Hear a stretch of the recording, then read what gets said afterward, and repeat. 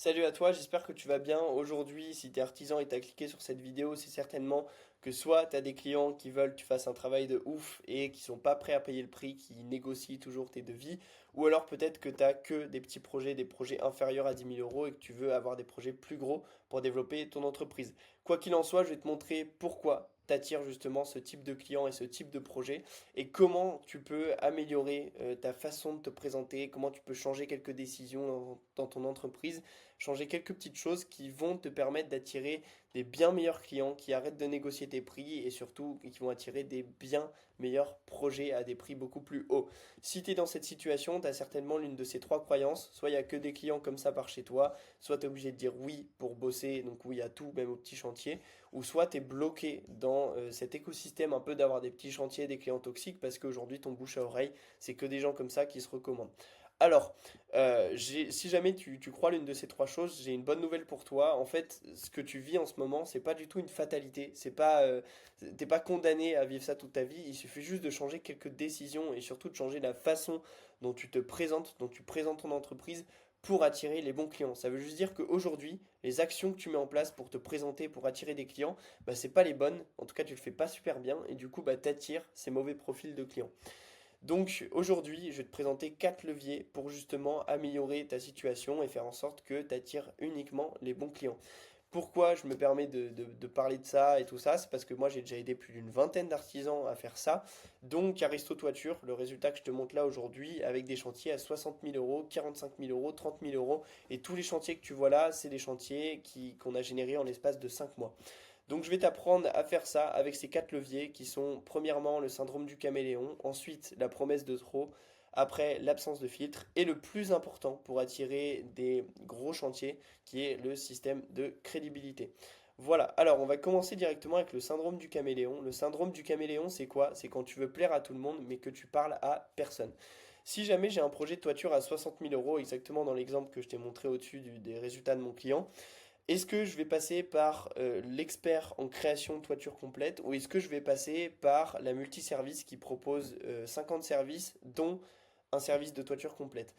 La question, elle n'est pas très compliquée. Tous les clients qui sont sérieux, qui ont un vrai projet, ils vont chercher des experts, des spécialistes dans leur domaine.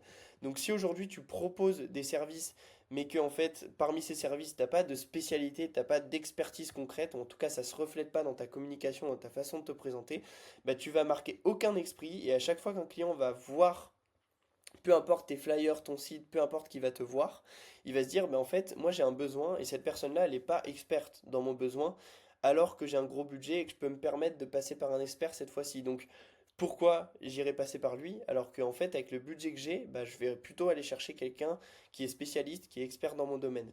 Donc, il faut impérativement, pour éviter ce syndrome du caméléon, que tu te positionnes comme quelqu'un qui est expert dans un certain domaine de justement tes services.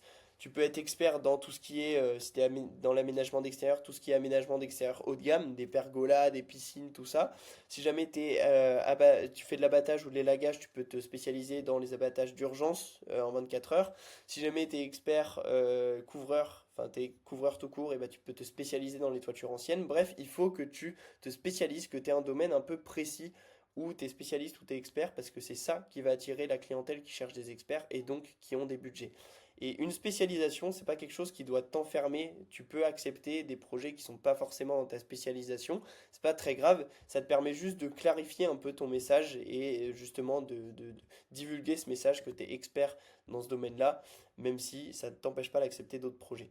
Ensuite, on va parler de la promesse de trop. La promesse de trop, c'est souvent les mots que tu vas rajouter, peu importe que ce soit en physique ou dans ta communication, qui vont te rapporter que des mauvais clients. Des mots comme par exemple pas cher, rapide, dispo tout le temps. Ça va attirer des clients qui sont pressés, exigeants, instables et surtout qui vont rechercher des deals et pas du travail qualitatif. Est-ce que tu crois que la personne qui avait un projet à 60 000 € de toiture complète, c'est une personne qui va chercher un artisan qui est pas cher, c'est une personne qui va chercher un artisan qui est rapide ou alors qui est flexible? Non, elle s'en fout. Ce qu'elle va rechercher, c'est plutôt des artisans qui prennent le temps de bien faire les choses. C'est des artisans qui vont les accompagner de A à Z dans le projet et des artisans qui sont fiables. Et en transformant les mots pas cher, rapide, flexible, machin, en mots comme ça, on prend le temps de bien faire les choses, on vous accompagne, on est fiable, tu auras un autre angle de communication qui va attirer la bonne clientèle parce que je te le dis aujourd'hui, les clients sérieux, ils s'en foutent que tu sois pas cher, que tu sois rapide ou quoi, ils veulent juste être rassurés et pour ça, ils sont prêts à y mettre le prix. Ces mots-là, tu dois impérativement les changer et du coup appliquer plutôt les nouveaux mots qu'on vient de voir ici sur ton site web, sur tes réseaux, sur ta fiche Google, sur tout ce qui est flyer, bref, tous tes supports marketing. Tu dois faire en sorte qu'il y ait plutôt des mots comme ça qui évoquent la fiabilité, la qualité, l'expertise plutôt que en fait le deal, tu vois. On veut pas des clients qui sont à la recherche de deal ici. Ensuite, troisième point, l'absence de filtre. Si tu dis oui à tout le monde, c'est toi qui es le problème. C'est pas ta communication, c'est pas tes services, c'est toi. En fait, à chaque fois que tu acceptes un chantier, il faut que tu comprennes que tu envoies un message au marché. Quand tu acceptes un petit chantier avec un client toxique, tu es en train d'envoyer un message au marché pour dire je travaille sur des chantiers comme ça, avec des clients comme ça. Pourquoi? Parce que derrière, c'est ces chantiers-là pardon, que tu vas publier en photo sur ton site, sur ta fiche Google, et en fait, c'est toujours la même type de clientèle que tu vas attirer. Donc si jamais tu arrêtes pas de dire oui aux petits chantiers, aux clients toxiques, tu vas te créer un effet de bouche à oreille négatif où tu auras toujours plus de clients toxiques et de petits chantiers qui vont passer par toi. Encore une fois, c'est pas une fatalité. Donc si jamais tu es déjà dans cet effet de bouche à oreille vraiment négatif, tu peux en sortir sans problème. En fait, ce qu'il faut que tu acceptes de faire, même si c'est un peu plus risqué, et honnêtement, toutes les grosses entreprises sont passées par là, c'est de commencer à arrêter d'accepter les petits chantiers, les chantiers pas chers, les clients qui veulent toujours négocier. Dès que tu vois qu'il y a un red flag, un client qui veut trop négocier ou quoi, tu lui dis, bon bah monsieur, écoutez, je ne travaille pas avec des clients comme vous et tu refuses en fait ce genre de chantier. La seule fois où tu dois les accepter, c'est pour remplir ton planning. Le reste du temps, tu travailles avec 90% de gros chantiers. Pourquoi? Parce que plus tu fais de gros chantiers et moins tu fais de petits chantiers, bah en fait tu vas travailler moins et tu vas gagner plus. Et c'est ça qui est magique avec les gros chantiers. Une bonne solution, une fois que tu as réussi à attirer les gros chantiers, et on va voir dans le point juste après comment les attirer, c'est d'avoir un formulaire sur ton site web ou un formulaire que tu envoies par mail, peu importe, intelligent où le client il met son budget et ça va te permettre de filtrer directement les clients par budget et de placer en priorité dans ton calendrier les chantiers, les clients qui ont des gros budgets et derrière à la fin pour combler les trous, les clients qui ont des petits budgets et qui sont un peu plus toxiques ou avec des projets en tout cas un peu moins intéressants. Donc ça, c'est le troisième point, l'absence de filtre. Et ça, c'est un point qui est hyper important quand tu auras réussi à mettre en place ce que je vais te présenter là, le système de crédibilité. Le système de crédibilité, c'est le point le plus important si tu veux attirer des gros chantiers aujourd'hui.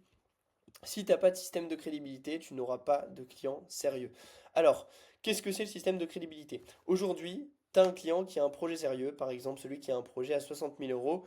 Comment il va faire pour réussir à trouver, enfin en tout cas pour regarder si tu es crédible ou pas, s'il peut te faire confiance. Parce que ces gens-là qui ont 60 000 euros à mettre, ils vont pas les mettre direct, il faut avant que tu leur prouves que tu es crédible, que tu es fiable, que tu es un artisan qui va les rassurer, les accompagner. Ça, il faut que tu leur prouves. Donc, quelles solutions ils ont? Premièrement, ils peuvent se baser uniquement sur le bouche à oreille. Donc, voilà, je sais pas, leur cousine, elle leur a parlé de toi, et du coup, bah, ils vont se baser uniquement sur ça. Moi, si j'ai 60 000 euros, ma cousine, elle a beau me dire que tu es très bon dans ce que tu fais, je vais quand même aller vérifier par moi-même. C'est quand même une certaine somme. Ensuite, ils peuvent t'appeler, mais bon, t'appeler, c'est un peu ta parole contre la leur. En fait, tu peux leur raconter ce que tu veux. Dans tous les cas, même si tu dis des bêtises, ils n'auront pas moyen de le vérifier. Donc, en général, t'appeler, ils y pensent même pas et ils préfèrent vérifier par eux-mêmes. Ils peuvent aussi t'envoyer un mail, mais les mails, souvent les temps de réponse sont un peu longs, les process sont toujours longs par mail et du coup, c'est pas la solution idéale. Donc, quel est le moyen aujourd'hui pour eux, si ces trois-là sont pas optimales, de vérifier que tu es sérieux, rapidement, efficacement et en toute transparence, que ce soit pas ta parole contre la leur? Eh ben, le seul moyen, en tout cas le meilleur, c'est de sortir son téléphone, de taper ton nom sur Google et de regarder si tu as des avis, des photos, si ton site il est qualitatif, si t'inspires confiance et si t'es rassurant. Et aujourd'hui, si t'as pas mis en place ça, il y a deux solutions en fait. Soit tu l'as bien mis en place, du coup tu as des témoignages clients, tu as des avant-après, des retours clients, des certifications. Dans ces cas-là, tu as des chances que le client, bah, justement, il te contacte pour le gros chantier, parce que tu as réussi à créer de la confiance avec lui.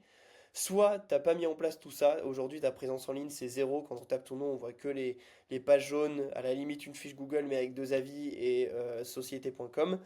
Dans ces cas-là, ce qui va se passer, c'est qu'il va juste te passer, te skip pour aller chez un autre concurrent qui peut-être fait un moins bon taf, mais par contre est mieux présenté, a réussi à créer plus de confiance, et donc c'est ce concurrent-là qui va obtenir le chantier. Donc système de crédibilité, tu es obligé aujourd'hui d'en avoir un, de travailler tout ce qui est avis Google, d'avoir un site quali, d'inspirer confiance en ligne.